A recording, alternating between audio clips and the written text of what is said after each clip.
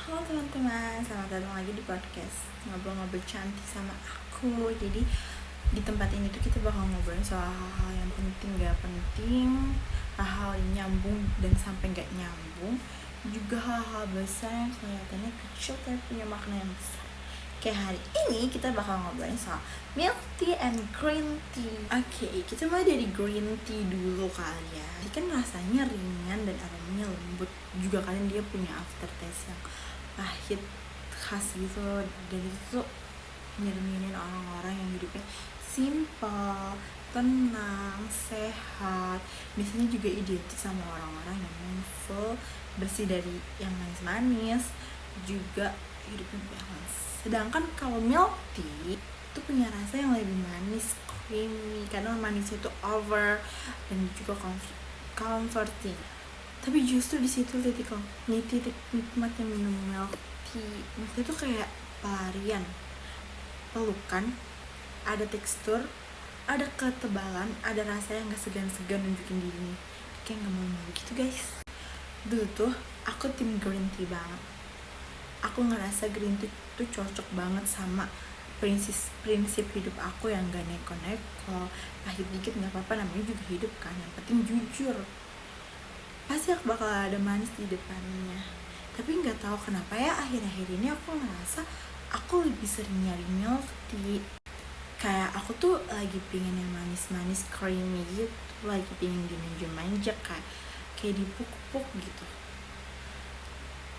Dan aku tuh awalnya mikir, kenapa ya berubah, kenapa ya jauh banget, kenapa sih kok gak kayak dulu lagi.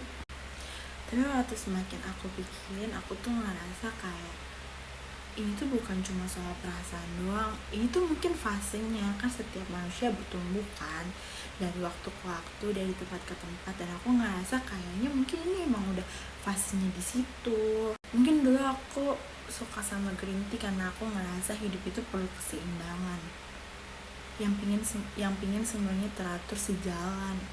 Padahal ya nggak seharusnya kayak gitu. Aku capek jadi versi aku yang bisa diandelin sama semua orang, karena aku juga mau ngandelin seseorang. Aku pingin ngerasain hidup yang lebih real, itu yang lebih nyata, yang lebih bisa dinalar sama kepala aku. Karena semuanya itu nggak harus sempurna ternyata.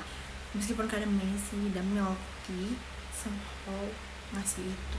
Aku tuh jadi sadar kalau hidup itu gak selalu harus kuat, gak selalu harus sehat, gak selalu harus bisa diandelin. Karena aku juga butuh ruang yang buat aku nangis, buat aku ngerasa capek, ngerasa buat nikmatin hal-hal yang aku juga bisa egois loh. Berpindah dari green tea ke milk tea itu mungkin artinya aku lagi ngasih ruang buat diriku sendiri yang dulu pernah aku tekan buat selalu jadi sempurna, buat bagian-bagian diriku yang dulu juga teriak tapi gak pernah aku dengar. Mereka teriak buat minta aku juga butuh disayang.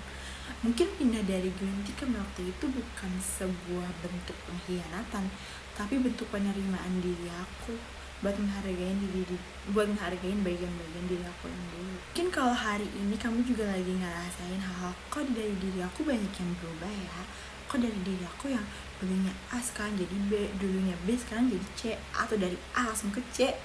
Terlalu jauh, entah selera, entah cara pandang, entah cara kamu melakukan sesuatu hal sekarang mungkin jadi lebih slow, gak secepat dulu, gak selari-lari dulu. Mungkin sekarang lebih jalan aja. Itu bukan berarti kamu kehilangan arah. Mungkin kamu lagi bertumbuh. Green tea ke milk tea yang kayak tadi kita bahas, dari kuat ke lemah, dan itu valid guys. Oke, sampai jumpa di episode selanjutnya. Jadi kalian tim green tea atau tim milk tea? Jangan lupa hari ini. Dadah.